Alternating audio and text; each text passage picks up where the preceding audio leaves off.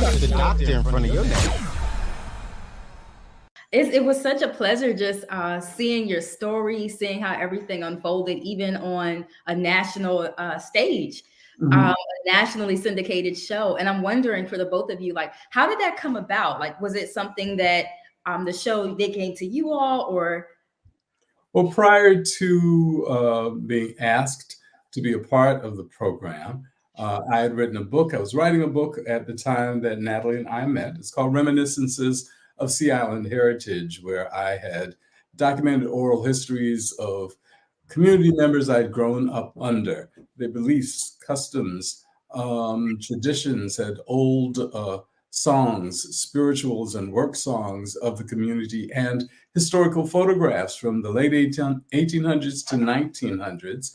And after that book was published, we scripted it into a theatrical performance that we toured the country performing, bringing those stories to life. And it was at that time our firstborn was she was potty trained on the road. We were expecting our secondborn, and we knew that something needed to be changed. Natalie could not go into these school classrooms with the cafeterias, Wow. with, the smells that would be permeating, and there she was expecting, and something needed to change. And it was at that time that we came in touch with Gloria Naylor. Gloria Naylor, the novelist, had written Mama Day about a fictional Gullah community, and afterwards, after the book was published, she bought a home on St. Helena Island, and we became friends. And I'll let Natalie take over. So yeah, Gloria's a friend. She called herself. I remember when my daughter was born, because she showed up at our house with this stroller that looked like a Cadillac of strollers to us. And she said, "Just think of me as your rich auntie." So that was rich auntie vibes before folk were saying rich auntie. That was 30-something years ago.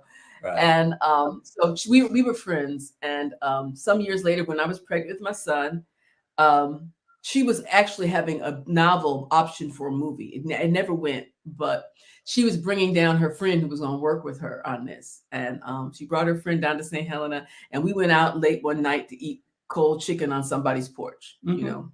Lawrence Fishburne was to be the star and also the director of it. And the woman, as Natalie said, who was to be the executive producer of Mama Day, Disney movie, but this Disney movie never came into being. During the dinner conversation, we were asked what were our views on children's television programs, and we responded.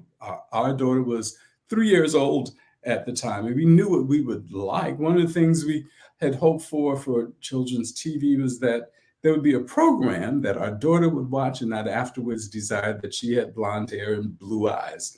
Yes. And Maria Perez, who was to have been the executive producer of the movie, said that she and her business partner, Kathleen Minton, back in New York, were working on a television program idea that they wanted to pitch to Nick Jr., who was looking for comulticultural programming.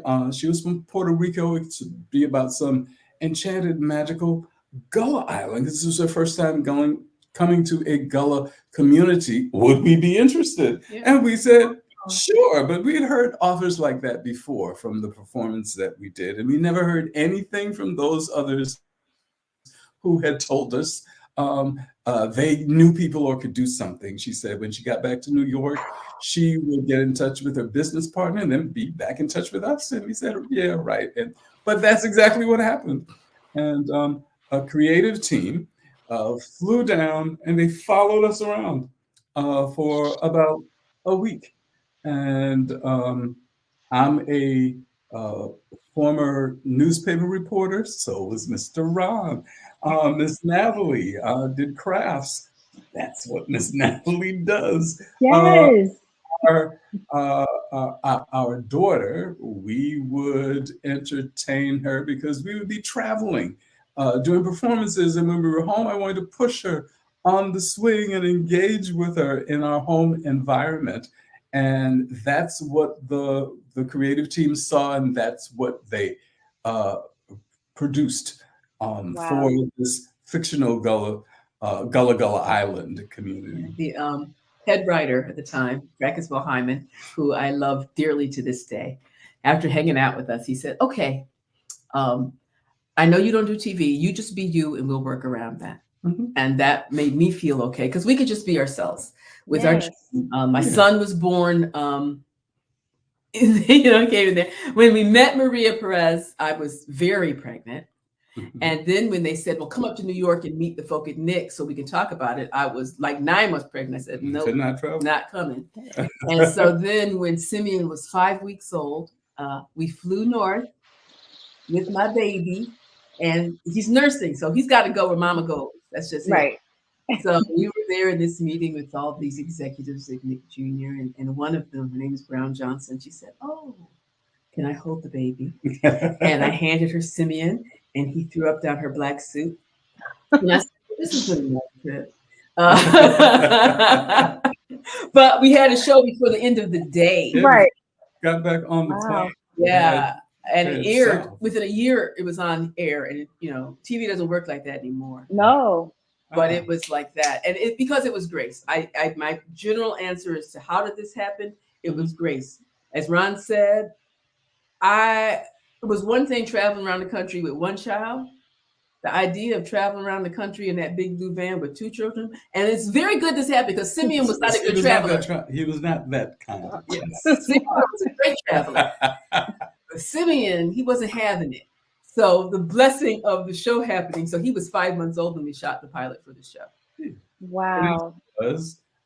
We introduced the production team to members of the St. Helena Island, the Gullah Geechee community. That's why when the Gullah Gullah Island family left our home, we visited real people who spoke a real language, who lived following these certain beliefs. Who we had the Beaufort High School band, and I'm a Beaufort High School alum, to perform on the program and other community groups, and that was very exciting. So it meant a lot, not just for the both of you, but for the entire community. Yes. Yeah, I still would find folks who say, "Oh, Miss Natalie, I was in that episode where this happened," because community just come and like there was a shrimper who lived next door. Mr. Bradley, he really was the shrimper Ron grew up next door to. Right. Oh, wow. Ranger Mike really was the park ranger out at the beach. Mm-hmm. So this was just folk. I remember Ranger Mike. Yeah. Mike life. Yeah. So y'all were reality TV before there was reality TV, like more or less. Yeah. But you know good and well, in real life, if you are a parent, it takes more than 23 minutes to resolve the problem. Right. Yeah, very true. Very true. But I don't know. I feel like maybe if my parents would have sung me a song or, did an arts and crafts, like something, I think that it could have been resolved in 23 minutes. Those are things that we did in real life that the production team saw and modeled for the TV. Yeah. Gullah Gullah Island family. Yeah, we sang with our kids. We always did. Right. We sang in our house. We always did, and we still do. Many of the songs were spirituals that the